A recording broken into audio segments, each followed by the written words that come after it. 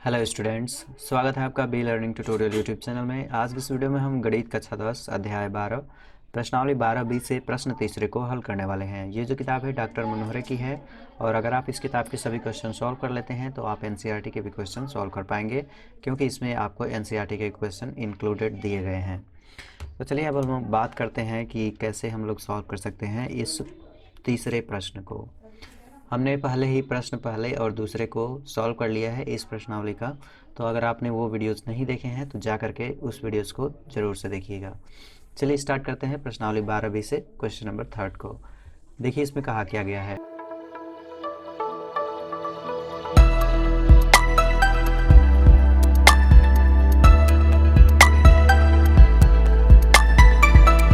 वृत्ताकार पहिया जब लुढ़काया जाता है तो एक चक्कर में 5.5 मीटर आगे बढ़ जाता है, उसका क्षेत्रफल ज्ञात कीजिए। ठीक है, तो इस क्वेश्चन को करने के लिए हमें त्रिज्या पता होनी चाहिए। ठीक है, तो जब त्रिज्या पता होगी तो ही हम लोग क्षेत्रफल निकाल सकते हैं वृत्ताकार पहिए का। तो जैसे कि अगर हम लोग मान लें कि यह एक वृत्ताकार पहिया है, ठीक है, ये देख सकते हैं कार का वृत्ताकार पहिया है, साइकिल का या किसी का भी वृत्ताकार पहिया हो सकता है, कोई मैटर नहीं करता है। ठीक है, आप कुछ भी मान सकते हैं। मैं समझाने के लिए यहाँ पे एक पहिया ले लिया हूँ और इसको देखिए कहा गया है कि जब इसको लुढ़काया जाता है, लुढ़काने का मतलब है कि इसको ढकेलेंगे तो ये इधर से ऐसे मतलब कि आगे बढ़ेगा। ठीक है, लुढ़केगा तो आगे बढ़ेगा। तो ये मान लेते हैं कि ये 5.5 मीटर आगे बढ़ जाता है, प्रश्न में दिया गया है। तो अगर हम लोग ये जो पहिया है इसकी परिधि को इसका जो आगे इतना बढ़ रहा है मतलब कि इसके बराबर कर दें तो वहाँ से हम लोग त्रिज्या निकाल सकते हैं। जैसे कि एक अन्य फिगर के माध्यम से आप समझिएगा। मान लेते हैं कि ये पहिए का ऊपरी सिरा है, जब इसको हम लोग धक्का देंगे तो ये थोड़ा आगे बढ़ेगा।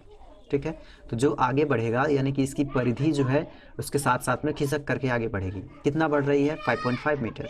तो ये इस परिधि के बराबर होगा ये जो डिस्टेंस है। या ठीक है, मैं आपको समझाने के लिए ये कोशिश कर रहा हूँ कि जो इसके पहिए का लुढ़कना है वो पहिए की परिधि के बराबर होगा।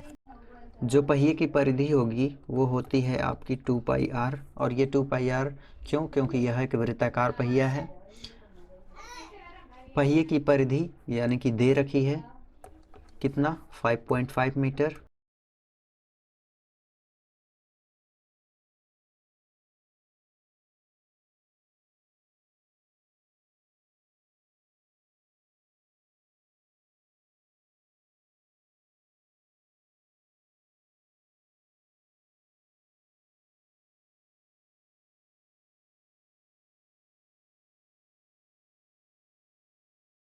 यहाँ से देखेंगे कोई चीज़ अगर कैंसिल होती है तो कैंसिल कर लेंगे उसको।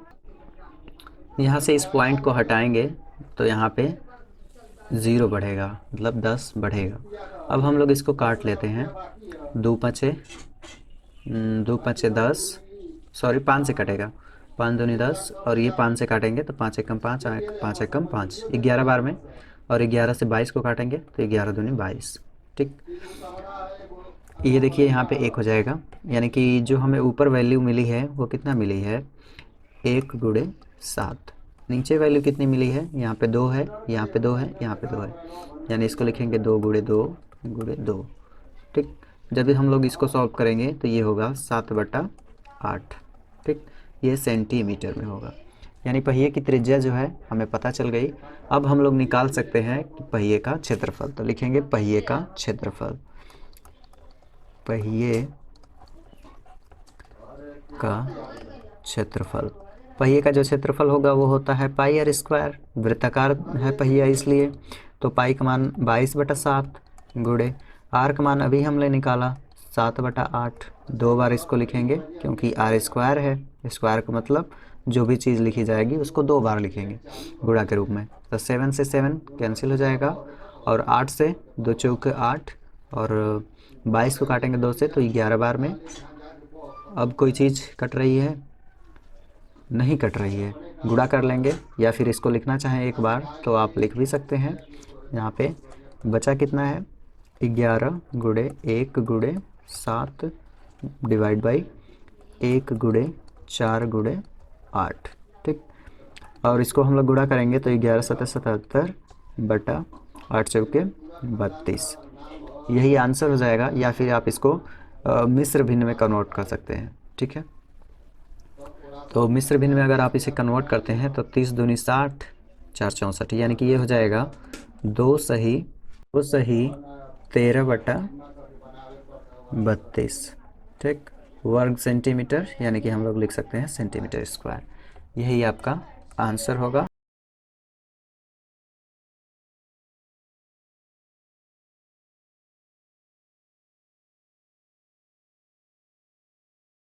एक चीज़ इसमें मिस्टेक हो गया था, यहाँ पे जो सेंटीमीटर हम लोग लिखा था वो सेंटीमीटर में नहीं है, मीटर में है।